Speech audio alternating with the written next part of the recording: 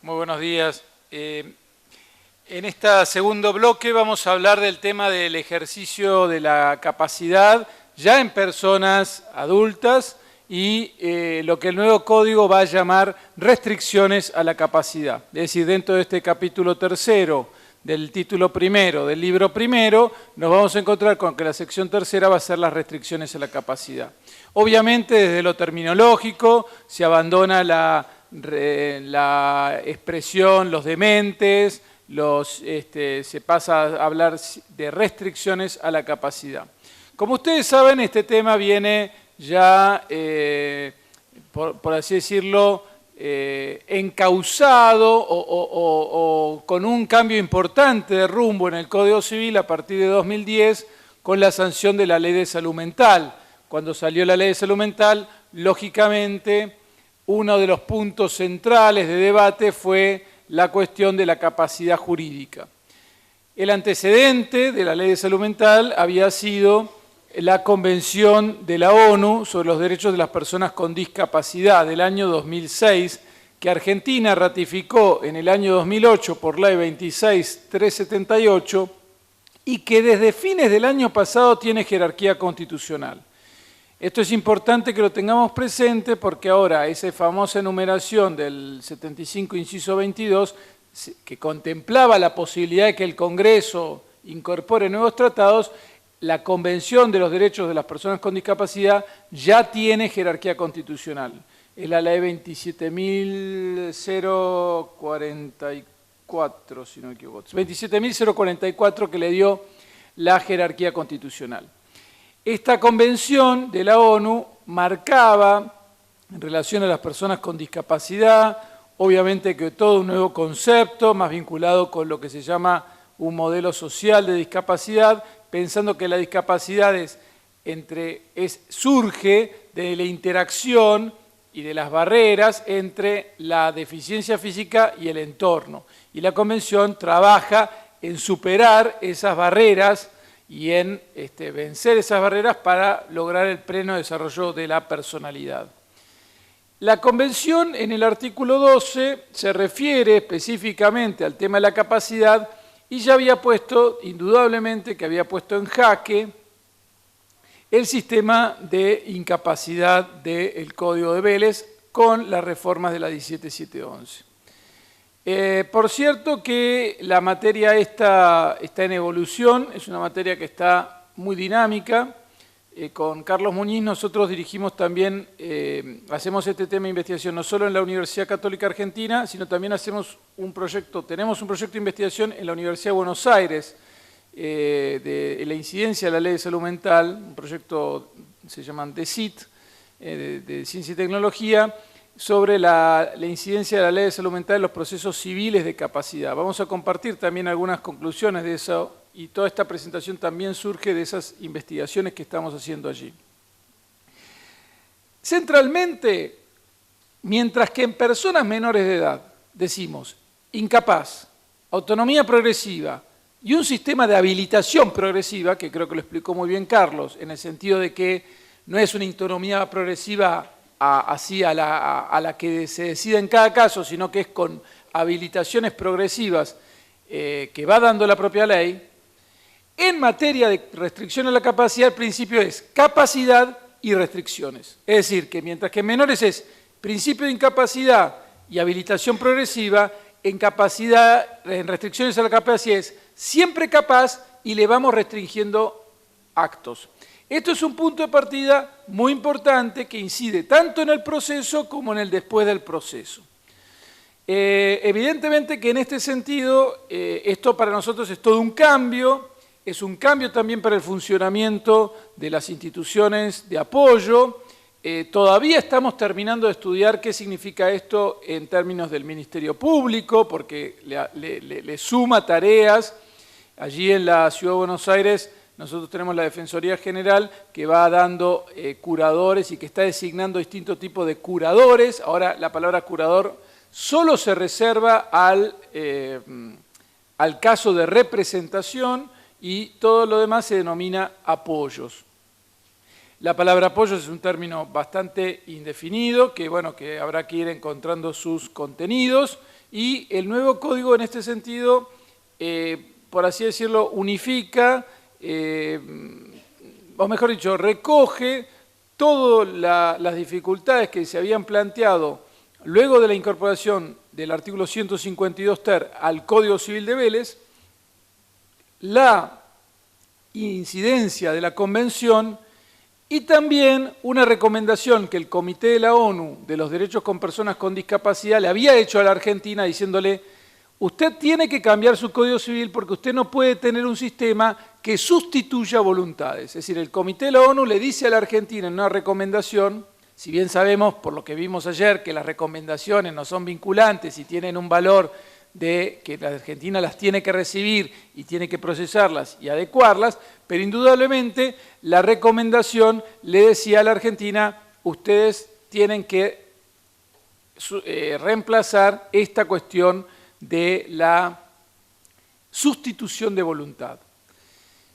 El mismo Comité de la ONU, completando estos aspectos generales, también tiene una observación general, la observación general número 1 del año 2014, de abril de 2014. En esa observación general número 1 está dedicada al artículo 12. Evidentemente que es un tema que ha encontrado mucha atención del Comité de la ONU, que está diciendo de manera general ahora, ya no solo la Argentina, sino a todos los países en general, está diciendo: atención, cuando el artículo 12 de la Convención de los Derechos con Personas con Discapacidad habla de que la regla tiene que ser la capacidad, de que no puede haber incapacidades con sustitución de voluntad, de que tiene que haber un sistema de apoyos, nosotros lo interpretamos de que esto tiene que ser, que no puede haber nunca sustitución de voluntad. Esto ha dado lugar a que haya un ida y vuelta, y eso se ha visto plasmado en la redacción final del 32 y de todas las reglas del nuevo Código Civil. Este ha sido uno de los temas donde mayores cambios hubo durante todo el proceso de elaboración. Es más, por ejemplo, la palabra enfermedad creo que quedó en un lugar solo, yo la encontré por uno o dos lugares, y en general se fue a la idea de padecimientos mentales. ¿Por qué? Porque parte del esquema es salirse de una visión puramente médica psiquiátrica e irse al modelo social. Entonces, toda la redacción fue quitando los vestigios de la presencia de la palabra enfermedad. Con todo, es indudable que hay una cierta base biológica. Yo no podría decir, en relación a lo que siempre se ha estudiado en derecho civil, el criterio biológico jurídico, ¿está? El criterio de la incapacidad es el criterio biológico jurídico. Ha sido completamente reemplazado por un criterio puramente social. En un sentido sí es un criterio interdisciplinario, o sea, el gran nuevo eje es lo interdisciplinario, pero eso no quita que eliminemos el criterio médico. Yo creo que es un juego de criterios y eso me parece que será fruto de un giro. En esta presentación inicial también me parece importante señalar que entonces estamos ante un esquema muy nuevo. La observación general del Comité de la ONU es de 2014, le está diciendo a los países: no tengan esquemas de sustitución de voluntad, siempre se puede conocer la voluntad de la persona con discapacidad, y esto obviamente genera sus dudas, porque indudablemente cuando hablamos de psiquiatría hablamos de las patologías de la libertad, es decir, de situaciones donde la libertad está en juego y donde la vida está viciada. Indudablemente el mismo comité en esta observación general reconoce que hay dos polos de tensión: autonomía y protección. Y vamos a ver que a lo largo de la presentación que ahora va a ser en la parte más específica del articulado del código, Carlos Muñiz, nosotros vamos a estar siempre entre el juego de autonomía y protección. El mismo artículo 12 que de la Convención, cuando habla de la autonomía, de los apoyos, sin embargo coloca algunas salvaguardas. Dice: para que no tengamos abusos, primera referencia, para que no haya conflicto de intereses o influencia indebida, segundos dos límites, que lo vamos a ver cómo se aplicaron en el nuevo código, y tercero, para que no le quiten los bienes de manera arbitraria. Entonces, nosotros encontramos que si bien la convención es una convención que exalta la autonomía, que concede, que busca no sustituir su voluntad, también contempla un criterio de protección. Y es entonces el juego de autonomía y protección de donde saldrá un adecuado equilibrio para que no se vengamos que tenemos que darle toda autonomía y la persona de pronto, claro, fruto de la autonomía le saquen todos los bienes o se abusen de ella o usen su voluntad para cualquier cosa. Entonces, el juego de autonomía y protección indudablemente va a estar presente. Si uno lee la observación general del Comité de la ONU, dice, gana autonomía. O sea, en el péndulo, indudablemente que se va hacia la autonomía y especialmente hay un énfasis, por momentos casi obsesivo, en señalar que no puede haber sustitución de voluntad. Este tema está presente, no obstante, en la redacción final del código. Hay un caso de incapacidad y, si no, de capacidad restringida. ¿Querés tomar la posta? Bueno, gracias, Nicolás, por la...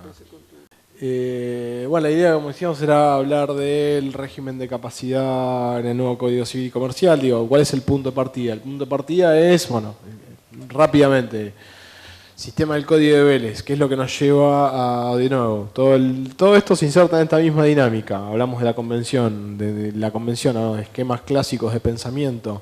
Encontramos, en primer término, con el Código de Vélez, sistema binario rígido. Tenemos persona sana, persona enferma, insana. La persona sana es capaz, la persona insana es incapaz, sin muchos otros matices que eso. Y el enfoque, de nuevo, de qué tiene que ver con esto. No, miren, ¿cuál es la lógica de Vélez? Porque no, a Vélez hay que entenderlo en su tiempo. Tenemos una persona que tiene una enfermedad mental, que no, dentro del esquema de la concepción y de la idea del acto jurídico que está en el enfoque de Vélez, de las personas que concurren libremente a prestar su consentimiento para la conformación de un acto que va a producir efectos sobre sus derechos. La idea de la enfermedad mental entra rápidamente como bueno, una limitación a ese libre consentimiento y por lo tanto una imposibilidad y consecuentemente una incapacidad absoluta. Esto encuentra una primera atenuación, este esquema binario rígido sano-insano encuentra una primera atenuación en el año 68 con el 152 bis y la figura de la inhabilitación, pero todos sabemos que fue insuficiente y con enormes límites en la práctica posterior. ¿Qué nos pasa? Digo, dos normas claves para leer este nuevo esquema. Digo, todo este sistema no se puede leer todo este nuevo sistema no se puede leer sin tener presente estas dos normas. Primero, la Convención sobre los Derechos de las Personas con Discapacidad, desde fines del año pasado, norma con jerarquía, tratado internacional con jerarquía constitucional. Y por otro lado, la Ley de Salud Nacional de Salud Mental, que como ustedes recuerdan bien, es una norma que está, como ustedes saben, incluso mucho mejor que nosotros, es una norma que tiene una enorme cantidad de disposiciones sobre salud mental, pero principalmente referida a el reconocimiento de toda una serie de derechos subjetivos y el establecimiento sobre todo enormemente procedimental en materia de internaciones, pero que aparece en materia de capacidad concretamente con dos normas, que es el primero, el artículo 3, que establece una primera idea del principio de capacidad, que en una primera lectura, ya por 2011, los autores más conservadores entendieron que estaba hablando de capacidad de derecho, cosa que nosotros en su momento entendimos que no, con un artículo que escribimos con Nicolás, entendimos que esto no era así y que con el tiempo se demostró que claramente lo que estaba refiriéndose es a la capacidad de ejercicio, a este principio de idea de capacidad como posibilidad de ejercer por sí mismo sus derechos. Y con la incorporación al Código Civil del artículo 152 ter, que si bien que generó, digamos, de alguna manera fue, y esto hablamos en otras jornadas en las que estuvimos acá en Misiones, fue una bomba dentro del sistema porque incorporando un solo artículo sobre capacidad sin hacer en el resto de la ley absolutamente ninguna otra mención, salvo esta que mencionamos en el artículo 3 al tema de la capacidad civil, planteaba tres ejes totalmente novedosos que eran absolutamente disruptivos dentro del esquema del Código de Vélez. Esto es, primero, esta inversión del principio de incapacidad por la regla de capacidad con las restricciones que estableciera puntualmente el juez. La segunda idea de la intervención interdisciplinaria, digamos, totalmente ajena al esquema de Vélez, que le exigía la intervención de facultativos médicos, no había otra idea detrás de esto. Y finalmente la revisión revisión de cada 3 años de las sentencias. Esas son las 3 novedades que aparecen, que de nuevo, incorporadas dentro de este sistema rígido y flexible, generaron de alguna manera un caos normativo enorme. Pero bueno, eso es muy propio del legislador de estos tiempos, de alguna manera, a plantear la idea como, bueno, vamos a dar un paso adelante y después vemos después vemos. O sea, no hace falta, es muy propio de estas últimas cambios, de decir, bueno, hay que hacer esto, bueno, esto está en el sentido que creemos correcto, bueno, está, y bueno, la coherencia del sistema, bueno, el sistema se acomodará, no sabemos cómo, pero bueno, ese es un poco lo que estamos habituados. ¿Cuál es el eje? Nicolás ya habló de esta idea del modelo social, y bueno, por supuesto, ¿cuál es la idea de fondo de lo que se plantea esta idea de modelo social que viene de la Convención, que está incorporada en la Ley de Salud Mental? Primero, un eje, correr el foco del problema de la salud mental del análisis médico-psiquiátrico, y por eso aparece la interdisciplina, y plantear un abordaje de la salud mental que involucre visiones distintas. Pero no es solamente eso. Me interesa mucho, les voy a leer esta cita que me pareció que también nos permite dar una idea de qué estamos hablando. El modelo social de discapacidad establece que la persona con discapacidad debe ser tratada como sujeto de derechos. Hasta aquí ninguna novedad, siempre fue un sujeto de derechos la persona con discapacidad, con igual dignidad y valor que las demás, y que es obligación del Estado reconocer su titularidad de los derechos, pero también fundamentalmente su capacidad plena de ejercerlos por sí mismo. El respeto del modelo social implica que no debe privarse a la persona de su posibilidad de elegir y actuar. La aplicación del sistema creado a partir de la Convención de la ONU para personas con discapacidad debe guiarse por el principio de la dignidad del riesgo, es decir, el derecho a transitar y vivir en el mundo con todos sus peligros y la posibilidad de equivocarse. A ver, podemos plantear enormes divergencias con los autores de esta cita. En este mismo trabajo, si mal no recuerdo, plantean como que la idea de la superación de la distinción entre capacidad de derecho y capacidad de ejercicio de forma tal de que no puede concebirse una sin la otra. Esto evidentemente no es así. O sea, hay situaciones en las cuales las personas requieren de protección, y esto no es contrario a la Convención.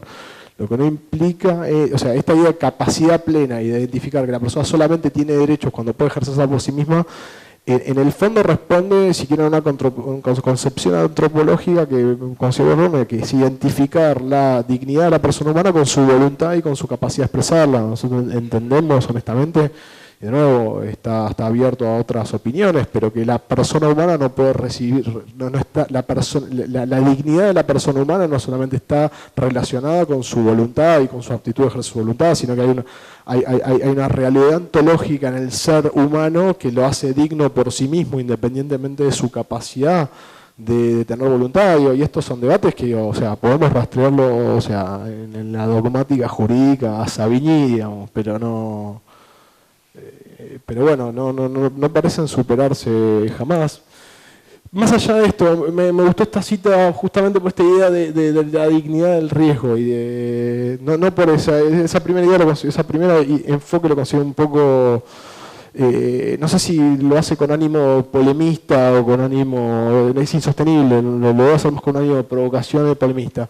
Si esta idea de la dignidad del riesgo, y esto he hablado con personas que padecen discapacidades, de alguna manera uno lo entiende, o sea, en nosotros históricamente vemos a la persona vulnerable y nuestra reacción es hay que protegerlo porque es vulnerable y hay que cuidarlo. El tema es hasta qué medida hay que cuidarlo, cuál es el punto en el cual, hasta qué punto uno tiene que cuidarlo.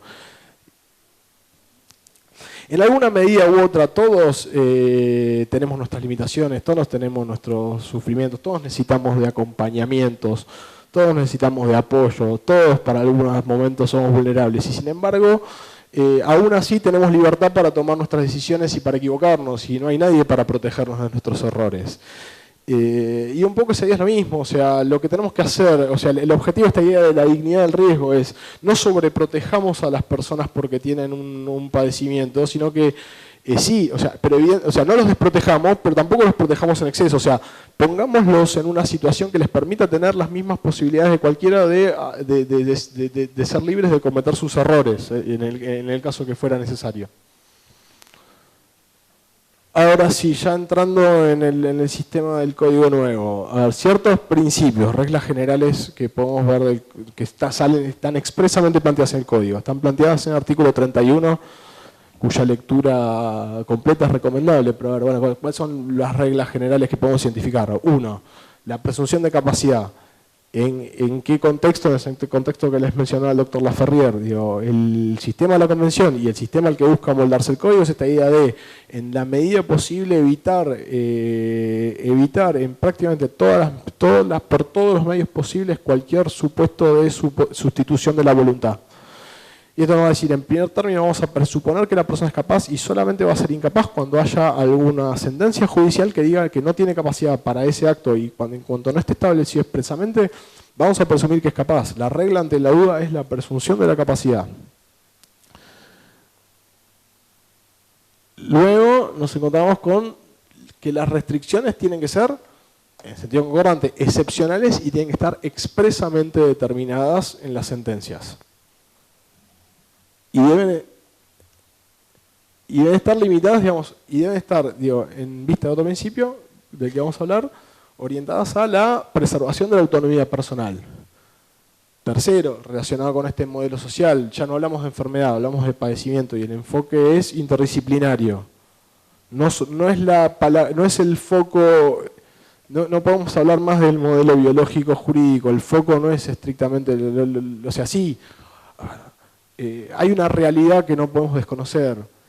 ¿Cuál sería el cambio de visión con respecto al modelo social y este enfoque más amplio?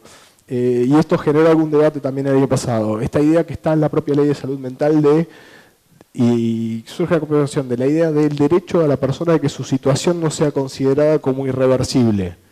Y algunos autores razonablemente planteaban, bueno, pero a ver, pero hay enfermedades mentales que son irreversibles, o sea, son irreversibles. Lo que pasa es que lo que está íncito es, por supuesto, la enfermedad, el sustrato biológico en ciertos casos puede ser irreversible, pero lo que no es irreversible es el contexto en el que se da, el contexto social en el que se da ese padecimiento de esa enfermedad, que sí puede cambiar y sí puede cambiar la sociedad, puede cambiar la arquitectura, puede cambiar la tecnología.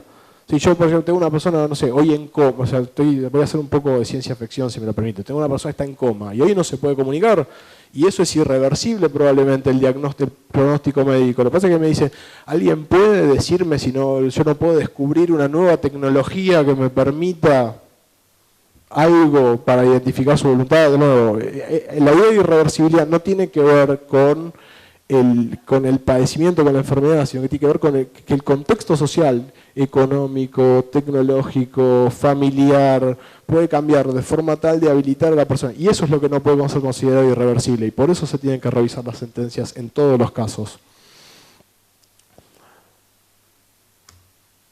Hay, por supuesto, un derecho a la información y a participación del proceso que de alguna manera están alineadas. Y en este contexto, bueno, esto es tiene más que ver con el capítulo de internaciones, que si bien la internación siempre se considera como un medio excepcional y no es estrictamente una cuestión de capacidad, y por eso no le vamos a dedicar enormemente de tema en esta charla, pero se da prioridad a alternativas terapéuticas menos restrictivas. De nuevo, un tema a debatir.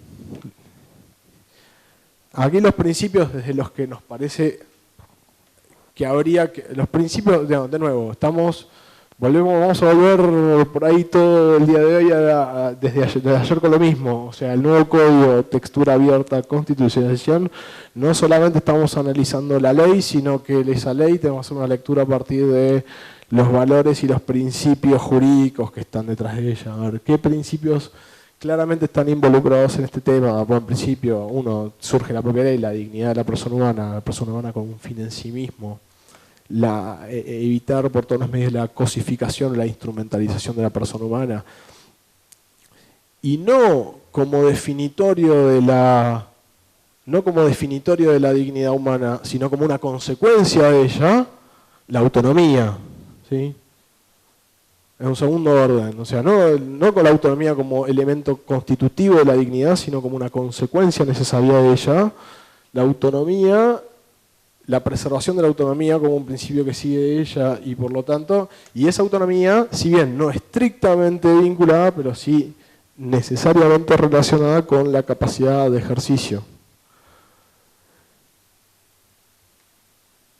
Y este derecho a la participación del interesado en el proceso, el del interesado, la persona afectada como parte, con derechos, con posibilidad de ofrecer prueba, con una participación activa, con el derecho a ser oído.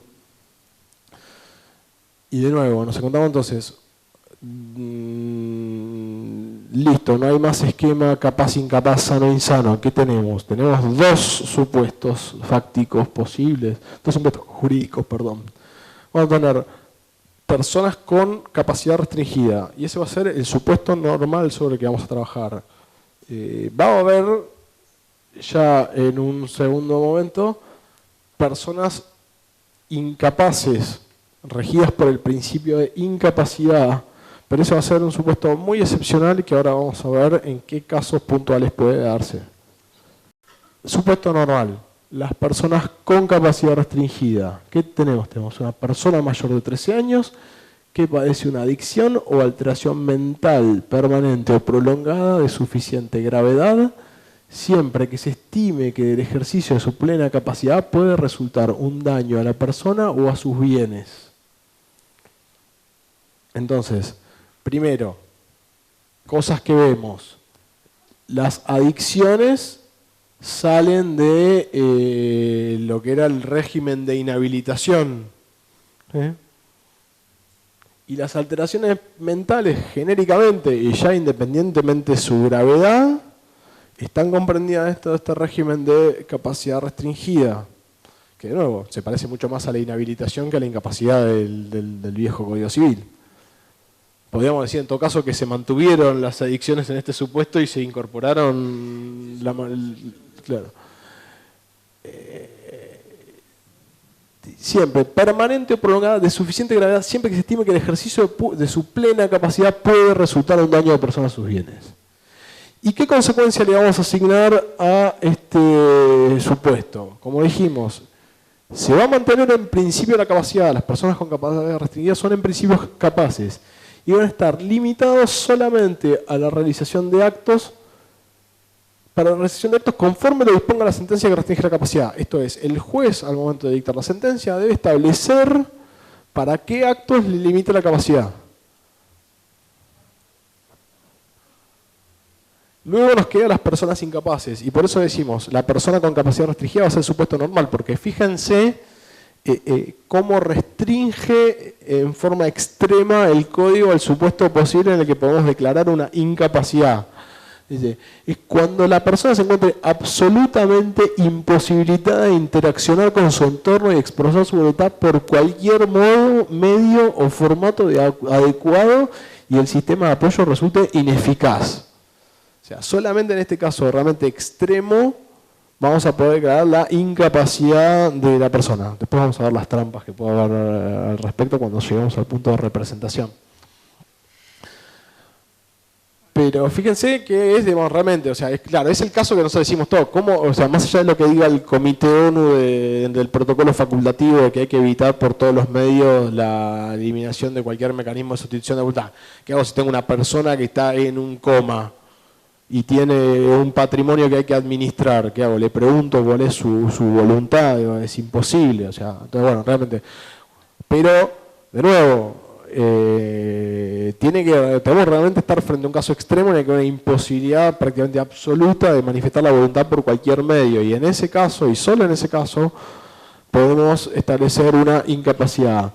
Y la persona incapaz, en consecuencia, es incapaz, y acá sí, volvemos al esquema clásico, que se debe hacia el incapaz se le designa un curador, que lo va a representar.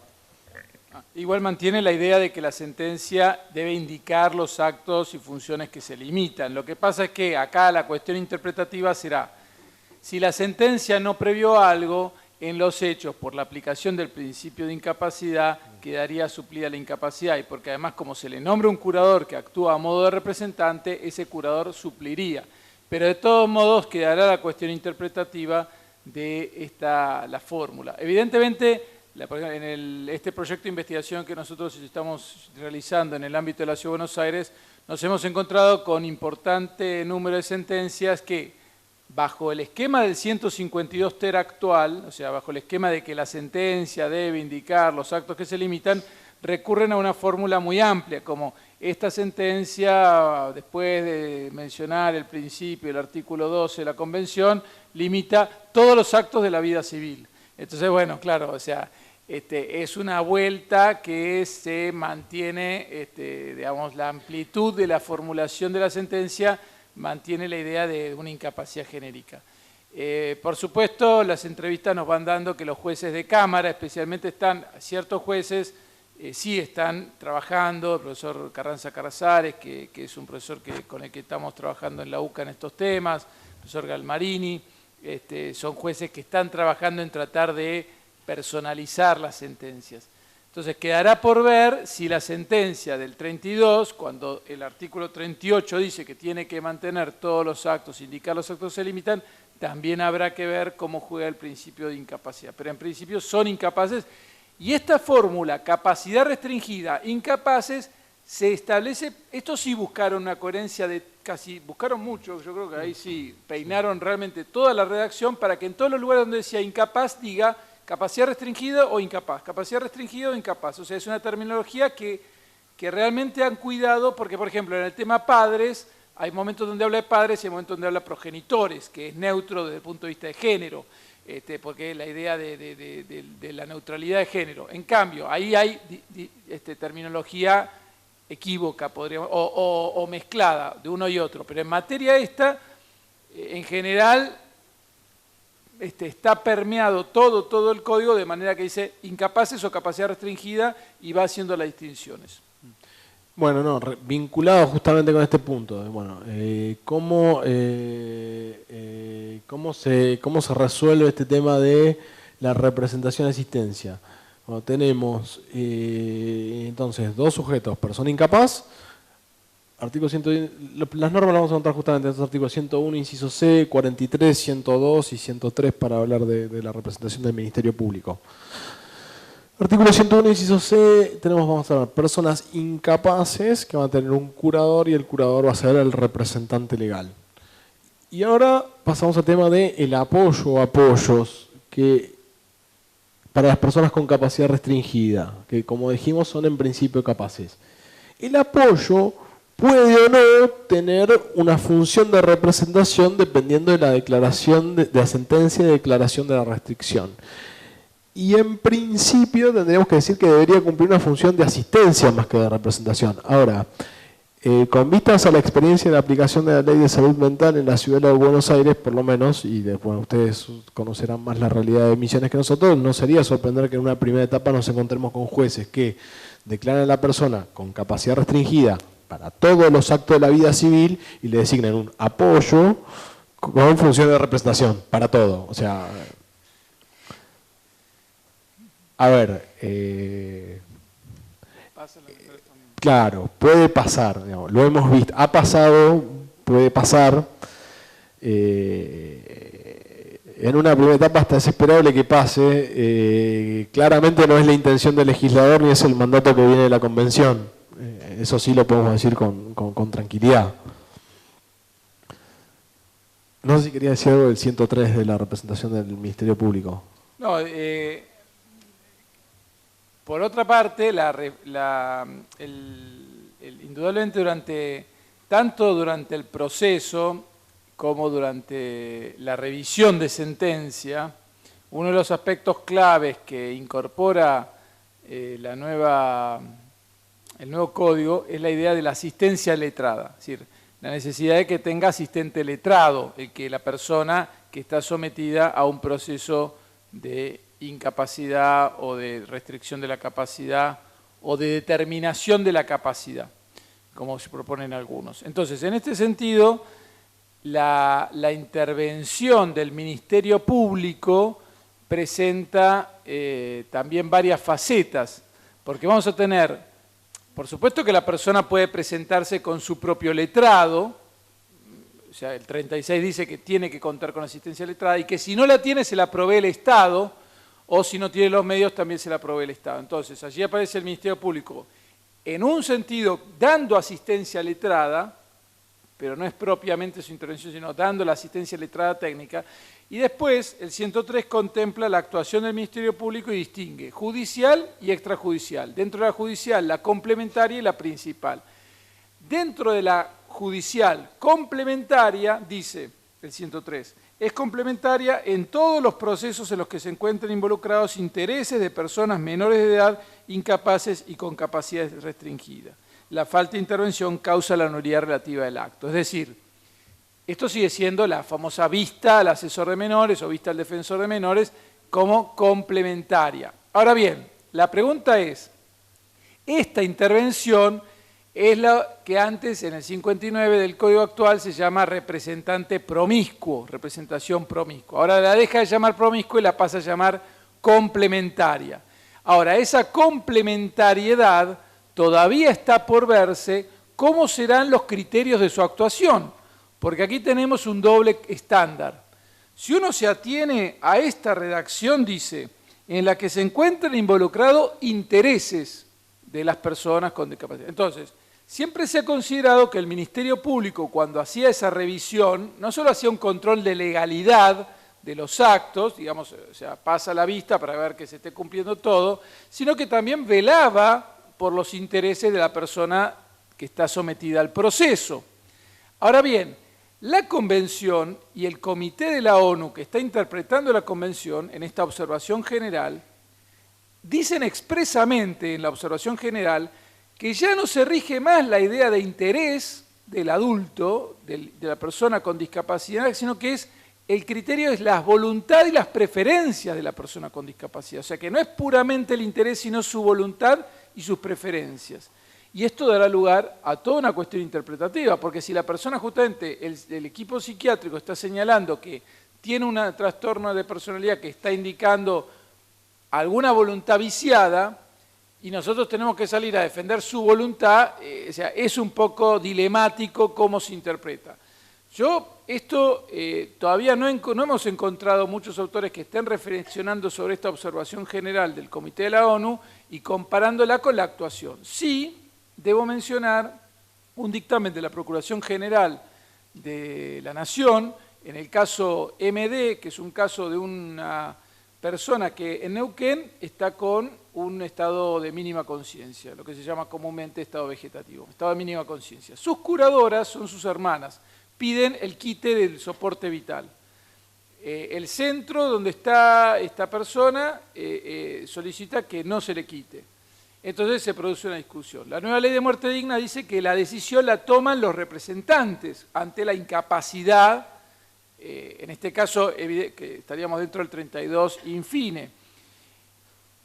Cuando va a la Corte, o sea, en el Tribunal Superior de Neuquén, la decisión es, nosotros no tenemos nada que decir, está la ley de muerte digna, decidan ustedes.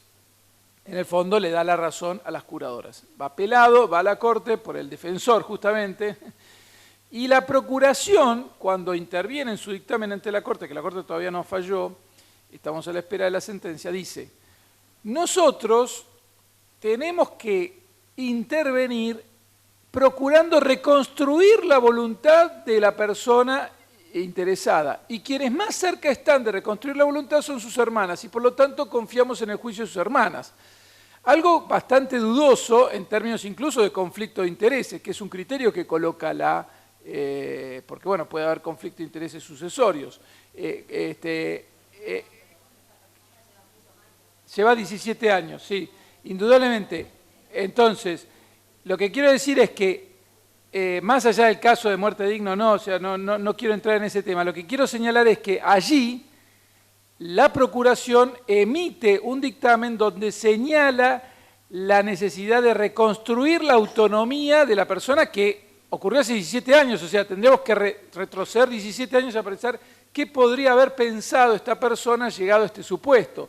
Lo cual es algo bastante difícil. Yo sostengo que es una autonomía ficticia, una autonomía presunta, o ni siquiera presunta, es ficticia, es reconstruida sobre elementos que difícilmente la persona haya dejado dicho que quería. En todo caso, este es un aspecto que no está definido, o sea, la tensión entre reconstrucción de la autonomía e intereses.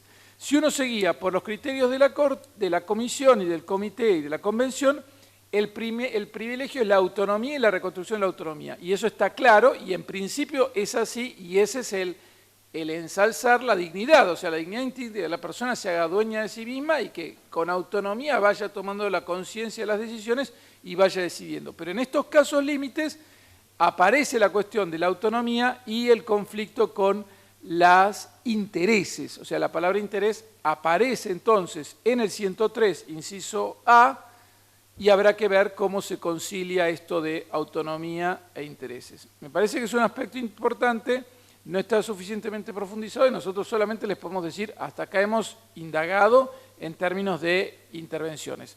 Este dictamen de la Procuración se ubicaría en esa línea de autonomía, incluso aún en el caso más extremo de que hace 17 años que está la persona en este estado de conciencia mínima y por lo tanto no podríamos reconstruir del todo, pero igual nos acercamos a su autonomía a través de sus personas más allegadas, que en este caso son las hermanas, en el dictamen de la Procuración.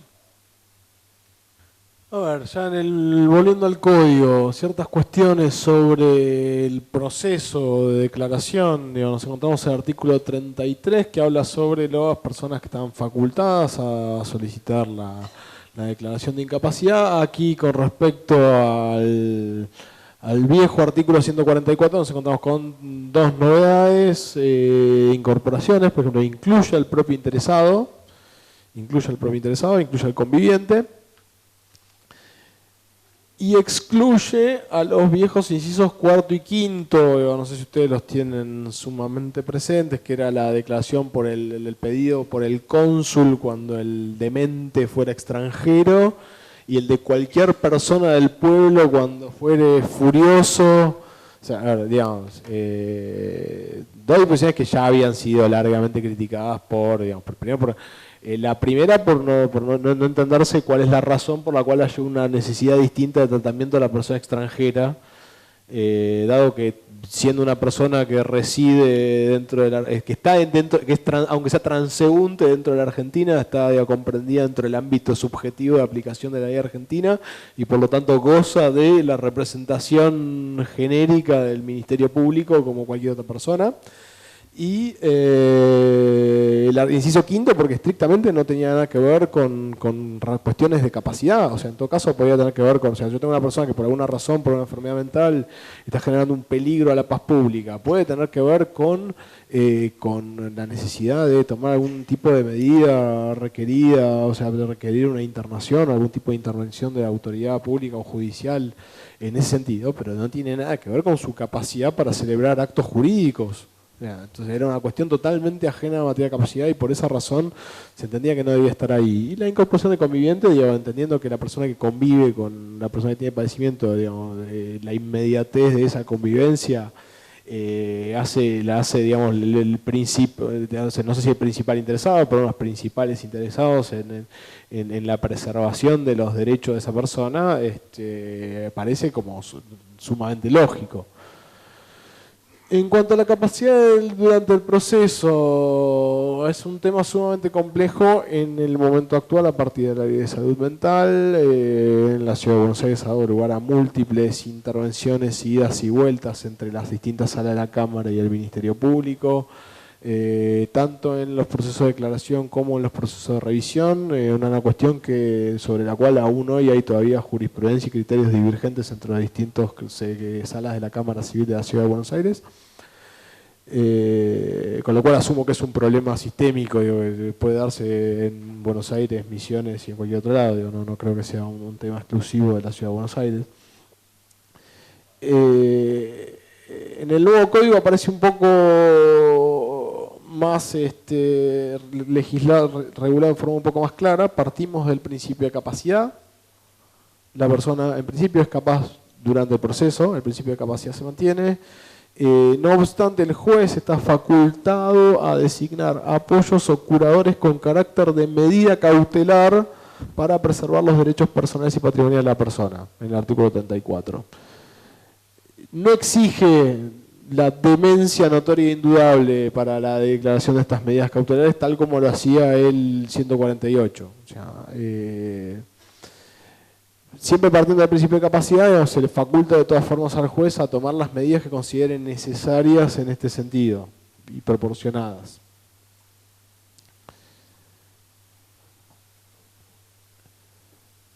En cuanto a la intervención del interesado, digamos, de nuevo, se toma como punto de partida el principio de capacidad y el interesado es parte en el proceso y participa con asistencia letrada y puede ofrecer todas las medidas de prueba que considere pertinentes. Se dispone que la persona en cuyo interés se realiza el proceso tenga un asistente letrado y su rol será claramente de defensa técnica. Acá no estamos hablando de la representación del Ministerio Público o de la representación de letrado, sino que estamos hablando de un rol de defensa técnica. O sea, ya no estamos presumiendo ninguna voluntad. Vamos a respetar la voluntad de la persona aunque tenga lo que tenga. O sea, si tiene el defensor técnico tiene que seguir a su voluntad, que es distinto al rol de representación y estas cuestiones que tienen que ver con la presunción de la autonomía, de la voluntad, con esa idea de voluntad presunta. Se requiere, bueno, acá voy a ir rápido porque ya hablo de esto Nicolás Ferrer, la figura del asistente letrado debe ser provista por el Estado en caso de que la persona no tenga medios y debe ser provista la asistencia técnica en el caso de que la persona no designe, que se presente a juicio sin sin patrocinio letrado. Y en el artículo 35 nos encontramos con esta idea de este requisito de la entrevista personal. El juez debe garantizar la inmediatez con el interesado durante el proceso y entrevistarlo personalmente antes de dictar resolución alguna. Me imagino que bueno, el juez podrá hacer algún despacho sin entrevistar personalmente todos los temas. Me imagino que se refiere a resoluciones que afecten su capacidad en alguna medida, asegurando la accesibilidad y los ajustes razonables del procedimiento de acuerdo a la situación de aquel. El Ministerio Público y al menos un letrado que preste asistencia al interesado deben estar presentes en las audiencias. Esos son los criterios de, bueno, ya avanzando también como un clásico de este nuevo código, avanzando también en ciertos criterios procesales, cuya validez, digamos, se verá en el tiempo. En cuanto a terminar el proceso, llegamos a la sentencia. El contenido de la sentencia está específicamente regulado en el artículo 37. ¿Sobre qué tema se tiene que pronunciar el juez? El diagnóstico y pronóstico. Esto es, o sea, por lo menos en parte está tomado de las reglas clásicas del artículo 644 del Código Procesal, si no me equivoco. Del de la Nación. Sí, del 631 del Código Procesal de Civil y Comercial de la Nación. Y un poco es pasar al código, de nuevo, normas cuyo origen tiene que ver con el Código Procesal. Diagnóstico y pronóstico. Época en la que la situación se manifestó. Recursos familiares y sociales existentes. Régimen para la protección, asistencia y promoción de la mayor autonomía posible y para expedirse es imprescindible el dictamen del equipo interdisciplinario. A ver, ¿cuáles son las novedades con respecto a lo viejo? Esta cuestión del enfoque en el contexto social que no estaba presente en el código anterior, el enfoque en el contexto social y consecuentemente la necesidad de un abordaje interdisciplinario para dictar la sentencia. En el artículo 40 nos encontramos ya lo que es la continuidad del artículo 152 ter de la Ley de Salud del Código Civil incorporado por la Ley de Salud Mental, obligando a la revisión cada 3 años de las sentencias. ¿Cuál es la validez de la cuestión que está tratando en el código específicamente? Los efectos, veamos, por un lado, los efectos de la restricción a la capacidad y las consecuencias de la validez de los actos celebrados por la persona. Esto está tratado en los artículos 44 y 46, en un esquema sencillo para entenderlo. Los actos posteriores a la sentencia, no todos los actos, o sea, los actos que fueran celebrados en contravención con las restricciones establecidas de la sentencia, recordando que siempre el principio es la capacidad de la persona. O sea, tendría que ser un acto celebrado posterior, pero en contravención a lo dispuesto en la sentencia. Esos actos posteriores en contravención con la sentencia, esto es, un acto celebrado sin la asistencia o representación del apoyo que le hubiera establecido el juez, son nulos. Los actos anteriores pueden ser anulados si la enfermedad era ostensible, si la contraprestación si la contraparte es de mala fe o si el acto es a título gratuito. El o es claramente el uso de la conjunción copulativa o es intencional. Es alternativamente en cualquiera de estos tres supuestos. No se requiere que ocurran estas tres cosas al mismo tiempo. El que digo que la enfermedad sea ostensible, digo, bueno, la enfermedad podrá resultar de la incongruencia del propio acto. El diagnóstico y pronóstico y la época de la cual se manifestó la enfermedad que nos exige la sentencia nos va a dar una pauta desde qué momento estaba presente y era ostensible la enfermedad. La contraparte, la mala fe de la contraparte no implica otra cosa que el conocimiento de la situación o sea, nos regimos por los principios clásicos de buena mala fe, digo, no hay ninguna novedad sobre este tema. Ahora, luego de la muerte de la persona, en principio no puede solicitarse la nulidad de los actos por esta causal. Esto es cuando la persona cuando no se inscribió la sentencia de capacidad. Salvo que la demanda de restricción de capacidad se hubiera interpuesto, aunque no tuviera sentencia antes del fallecimiento, la enfermedad resulta del propio acto, el acto sea de una incongruencia manifiesta de tal modo que resulte evidente que la persona que lo celebró tenía algún tipo de trastorno. O, bueno, la mala fe de la contraparte y el acto a título gratuito. Esto de nuevo, aquí compartimos, se replican, digamos, reglas que son de carácter general y del mismo modo vale la aclaración, digamos, esto por ahí es una obviedad, pero se aplican las reglas generales en materia de nulidad, digo, por lo menos en cuanto a este último punto del acto a título gratuito, los subadquirentes de buena fe a título oneroso encuentran ese límite o la posibilidad de retrotraer los efectos. Esto no tiene que ver específicamente el tema, es una generalidad. En cuanto al registro, el artículo 39 establece que la sentencia debe ser inscrita en el registro de estado civil y capacidad de las personas y se debe dejar constancia al margen del acta de nacimiento. Sin perjuicio de lo dispuesto en el artículo 45, los actos mencionados en este capítulo producen efectos contra terceros recién a partir de la fecha de inscripción en el registro. Desaparecidas las restricciones, se procede a la inmediata cancelación registral. Entonces, ¿qué tenemos que...? La oponibilidad de los efectos frente a terceros de los efectos de la restricción de sentencia van a ser no desde la fecha de la sentencia, sino desde la fecha de su inscripción en el registro. Eso en primer término.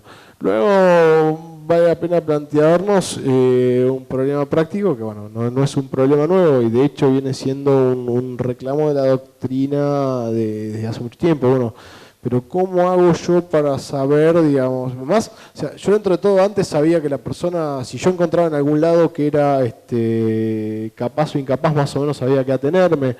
Ahora, yo tendría que encontrar, ahora que las sentencias, si se lograra finalmente el objetivo de que las sentencias fueran personalizadas, yo tuviera que saber exactamente para qué casos, para qué datos para qué actos la persona es capaz y para qué actos la persona es incapaz, digo. De nuevo, se plantea una dificultad, digamos, de dónde está el registro, digo, dónde se dictó la sentencia, qué actos puede celebrar, qué actos no puede celebrar. O sea, se plantean dificultades prácticas enormes. Antes de la reforma del código, pero esto no fue recogido de ninguna manera, la doctrina había propuesto, bueno, dos soluciones. Una que, parece muy práctica, es porque hacemos un registro nacional en el que estén todos los datos y que todos puedan ver dónde están los datos. El problema es el problema de constitucionalidad de la existencia de ese registro, porque esa función es una función, una atribución no delegada por las provincias. El cese de la incapacidad. El cese de la incapacidad está previsto en el artículo 47 del Código. No hay grandes particularidades. Es así como se dicta la incapacidad, sentencia del juez competente, dictamen del equipo interdisciplinario y la vieja llamada rehabilitación. El proceso para el cese es básicamente el mismo. Juez competente y equipo interdisciplinario dice que la persona está restablecida y por lo tanto el juez dicta una sentencia restableciendo la capacidad de la persona. Dos cosas me surgen de la lectura de esto. Y acá tengo un poco de análisis y algunas preguntas. Bueno, una primera, empiezo al revés. La necesidad del restablecimiento total, dice... es un detalle de redacción. No es necesario que la persona esté restablecida totalmente. Lo que es necesario es de la enfermedad o del padecimiento. Lo que es necesario es que ese padecimiento no lo afecte potencialmente en el ejercicio de sus derechos yo no necesito decir que la persona está curada de la enfermedad. Sí necesito decir que la persona con el tratamiento que ha seguido hoy en día no corre peligro para en el ejercicio por sí mismo de su plena capacidad. Yo no necesito decir está curado, tenía tal enfermedad, está curado. No es necesario que esté plenamente curado. Es necesario o por lo menos hay que interpretar esto en este sentido. Lo que es necesario no es el restablecimiento total en el sentido de curación de la enfermedad, sino en el sentido que hoy no está dado el supuesto fáctico que se dio para la declaración. Esto es, aun cuando haya una enfermedad, esto sí es la vuelta a la vieja idea biológica jurídica. Aun cuando haya enfermedad, esa enfermedad, para que produzca efectos jurídicos, tiene que tener una consecuencia en la aptitud de la persona para dirigir su persona. Bueno, esto es lo mismo. No es necesario el restablecimiento total, es necesario que el estado actual del padecimiento no le genere a la persona un perjuicio en el para el ejercicio de su plena capacidad. Y lo segundo, ciertas cuestiones que simplemente nos lo planteo a partir de la experiencia del análisis que estamos haciendo de la ley de salud mental. Nosotros nos encontramos con la revisión cada 3 años. ¿Qué tendría que hacer un juez? Y esto es una pregunta, se lo pregunto a ustedes que van por ahí. Acabo de revisar una sentencia hace 6 meses y aparece la persona pidiendo con el patrocinio letrado, que es un asistente técnico, pidiendo la rehabilitación. ¿Qué tengo que decirle? Podría rechazar un límite, tendría que exigir algún tipo de prueba nueva, no analizada en la revisión. Algo de eso hay. Nosotros vemos que los juzgados, por lo menos en la experiencia de los casos con los que hemos charlado con gente que está en la práctica, nos cuentan, a duras penas llegan en muchos casos a revisar a tiempo cada 3 años las sentencias. Sería ya excesivo que además en el medio aparezca la gente pidiendo el cese de la incapacidad, aunque de alguna manera yo creo que si alega algún hecho nuevo, aporta alguna prueba nueva, no sé si habría algún motivo para negarle el derecho a hacerlo, a hacer el pedido. Yo quería agregar una cosa sobre las sentencias. El 38 es un artículo clave en este sentido que también agrega que la sentencia va a tener que decir, obviamente como ya estaba, no lo mencionamos en la presentación, pues esto ya estaba, que qué actos y funciones se limitan, designar uno o más apoyos o eventualmente el curador y decir cuáles son las condiciones de validez de esa actuación. O sea que tendríamos allí 3 contenidos más de la sentencia, que es los actos y funciones que se limitan, la designación o no de apoyos, o una red de apoyos se habla, o sea que puede ser varios, puede ser que la plata de bolsillo la administra usted, pero para comprar o para todos los vinculados con las acciones de la empresa usted lo maneja con tal, y las acciones vinculadas con tal propiedad la maneja con tal. O sea, eso puede ser, el juez tiene una pluralidad de apoyos, una red de apoyos, dice. Cada acto tiene que además indicar las condiciones de validez de ese acto, porque a veces puede ser, entonces, que haga falta el asentimiento, o haga falta el acuerdo, o no. Y en algunos casos, y ahí es donde aparece esa norma del 101, inciso C, que dice que hay en los incapaces curador, en los capaces restringidos apoyo, pero que podría haber apoyos con funciones de representación. Entonces, la duda va a ser ¿Cómo se interpreta ese artículo 101, inciso C, cuando habla de apoyos con funciones de representación, que sería el caso intermedio? O sea, el caso simple es el incapaz total que tiene un curador. El otro caso simple es el capaz restringido con un apoyo donde se requieren las dos voluntades, y el caso intermedio y más complejo es el capaz restringido con un curador de representación. Este es el punto que dará lugar a cuestiones de interpretación y de práctica judicial, a ver cómo se termina aplicando esa representación. Bueno, en cuanto a internaciones, a ver, poco que decir, no hay tampoco demasiada novedad al respecto de este tema, dado que este tema fue amplia y profundamente legislado en la Ley de Salud Mental, a diferencia de la cuestión sobre la capacidad. En el nuevo código nos encontramos con artículos 41 y 42 que reemplazan al artículo 482, que estaba incorporado en el código, cuyo texto había sido ya también reformado por la ley 26657.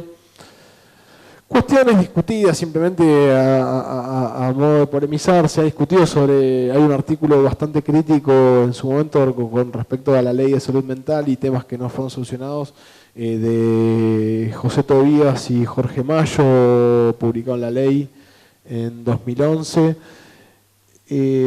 ¿Cuáles son porque está la previsión, digamos, de la nueva ley de salud mental y el nuevo código le dan atribuciones a la autoridad pública para definir internaciones sin intervención judicial, debiendo dar inmediata intervención judicial, digamos. Y esto, digamos, aparece tanto en la nueva ley de salud mental como en el código, digamos, sin ningún estándar específico, salvo la inmediata, a ver, tenemos, sí, digamos, establece como criterio, digamos,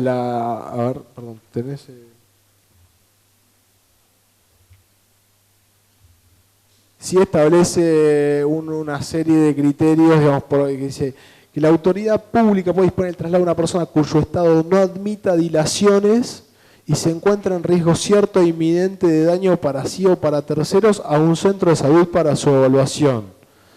No establece, yo recuerdo el viejo artículo conforme a la ley 1778 determina que decía la intervención, el dictamen del médico de servicio, o sea, acá no hay básicamente ningún otro criterio, o sea, la pregunta es, está el estándar, pero no está muy claro, va a ser la propia autoridad pública la que determine cuándo la persona se encuentra en riesgo cierto e inminente de daño para sí y para terceros, sin mucha otra aclaración. ¿Y quién es esta autoridad pública que puede hacerlo? Eso tampoco está definido en el código. En líneas generales podemos decir de todas formas que toda la ley de salud mental en bloque, otros autores como Martínez Alcorta entienden que esto era un cambio necesario y reclamado. No soy particularmente crítico de todas formas de esto. Y sí podemos decir que la ley de salud mental, digamos, si quieren, dentro de esta idea de microsistemas que conviven con el sistema del código, sigue vigente, sobre todo en lo que es materia de internaciones. Y por último, nos han quedado los inhabilitados. Hoy el inhabilitado como categoría que sobrevive ya, digamos, fuera del esquema general de capacidad y restricciones de salud mental, y reservada al supuesto específico de la prodigalidad. Bueno, está explicada, está la transcripción del código, quienes por la prodigalidad en su gestión de los bienes se expongan a su cónyuge conviviente y a sus hijos menores de edad o con discapacidad a la pérdida del patrimonio. Quienes pueden pedir la inhabilitación, cónyuge, conviviente, ascendientes y descendientes, de nuevo, dentro del viejo espíritu del 152 bis, de esta idea de que la inhabilitación por prodigalidad era una institución que tenía una lógica distinta a la restricción de capacidad y que lo que se busca ya no es la preservación de la propia autonomía, de la propia persona interesada, sino la protección del patrimonio familiar. A quien se da legitimación es cónyuge, conviviente, ascendientes, descendientes. Los efectos están aquí muy claros. ¿Qué implica la inhabilitación? La limitación para celebrar actos de disposición entre vivos.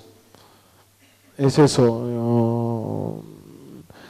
Y para los cuales requiere la asistencia de un apoyo.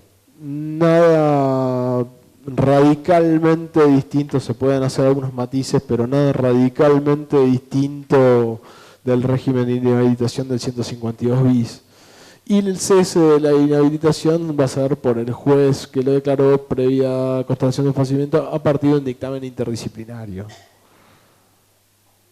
Y bueno, con eso... Una cosa más. Sí. En términos de los actos ilícitos, la regla general, o sea que antes se decía que el incapaz, se consideraba involuntario el acto del incapaz salvo el intervalo lúcido, eso se abandona. Ahora el nuevo artículo 261 establece como regla que es involuntario el acto de quien está privado de razón, ese es el nuevo criterio, digamos, privado de razón para la involuntariedad, y en el caso del acto involuntario se mantiene esa indemnización equitativa, que recordarán ustedes del 907, que el juez podrá, por razones de equidad, fijar una indemnización atendiendo a la situación personal de la víctima y al patrimonio del autor del hecho, el 907 incorporado por la 17711, la indemnización de equidad, eso se mantiene en el 1742 y 1750, y respecto al curador, si es incapaz,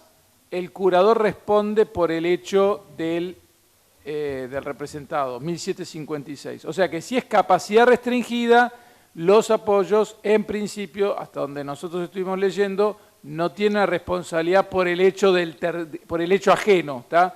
Como sí la tienen los padres de supervisión por sus hijos. Entonces, la responsabilidad que está en el 908, el código actual, en el nuevo código está 1756, que contempla la responsabilidad del curador respecto al incapaz, pero no contempla la del apoyo en relación a la persona con capacidad restringida. Entonces, esto habrá que ver cómo rueda, porque puede dar lugar a mucho tema, ¿no? Cuando nos enteramos de lo que pasó hace poco en ese hospital, donde la persona se sujetó a un enfermero y se cayeron los dos y se murieron los dos, ahí la cuestión del apoyo, si intervino o no intervino, quién responde, son temas que después cuando saltan a la luz, vamos a preguntárselos a German Wings, digamos, donde un problema de salud mental provocó tremendo accidente y tremenda tragedia. Entonces, estos temas después, cuando cobran volumen público, se busca un responsable, ¿está? Entonces, el nuevo código en este sentido, me parece a mí que hay que leerlo, vamos a ver cómo es el giro de este tema de que el apoyo de alguna manera no está haciendo una vigilancia permanente, porque además se considera la autonomía de la persona. Sí, además de que no está, expresamente no está prevista la responsabilidad por el hecho del tercero del apoyo, así claro, que no... un tema sobre el punto anterior, sobre el tema de las viejas reglas, de todas formas, está bien, es un criterio. Me parece que en el fondo siempre también en materia, al ser la capacidad un tema que está vinculado a la celebración de actos jurídicos y el discernimiento, digamos, que querés en una etapa previa de análisis, que es ser una condición del acto voluntario, el tema de la responsabilidad por los actos ilícitos estaba también ligada a la idea de voluntariedad del acto y por lo tanto regida no tanto por las reglas de capacidad, sino por el discernimiento de hecho, o sea, la constatación para el caso concreto de la comprensión de la naturaleza del acto y sus consecuencias. Bien.